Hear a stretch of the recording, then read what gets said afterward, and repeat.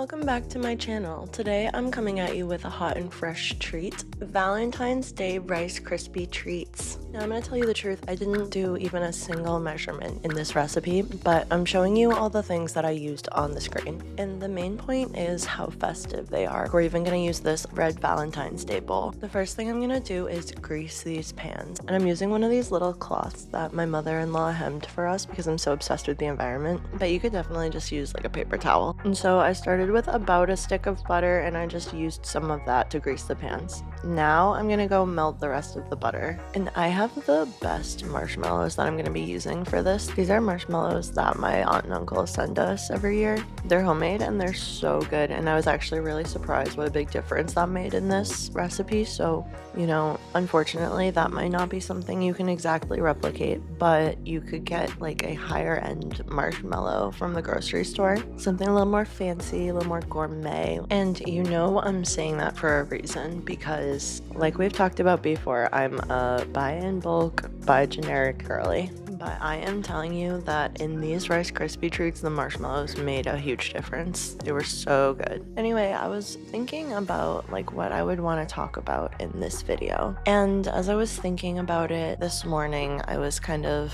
going around doing some of my usual routines. And a lot of those routines involve caretaking. I absolutely love caretaking, and I've incorporated it into my life in a lot of different forms that I just thought I would talk about because for me at least it's actually something that really supports my mental health. Ooh, look how Valentine's Day. I mean, I'll start with like my plants. They're so good for your mental health for so many reasons, and one of those reasons is this fact that you spend time taking care of them. So, you know, you're watering your plants, you're pruning the leaves, you're testing the soil, changing the soil, adding nutrients, really giving them attention. And then I think about the birds. I've been feeding the birds for the past few years, like birdseed and peanuts outside of my window. I love seeing them around, seeing them looking in.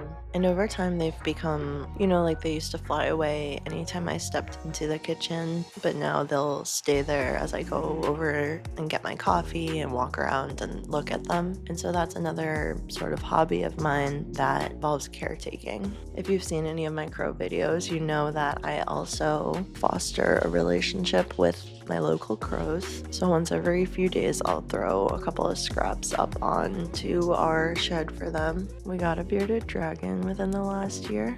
It's been fun getting to know him and what he needs to be taken care of.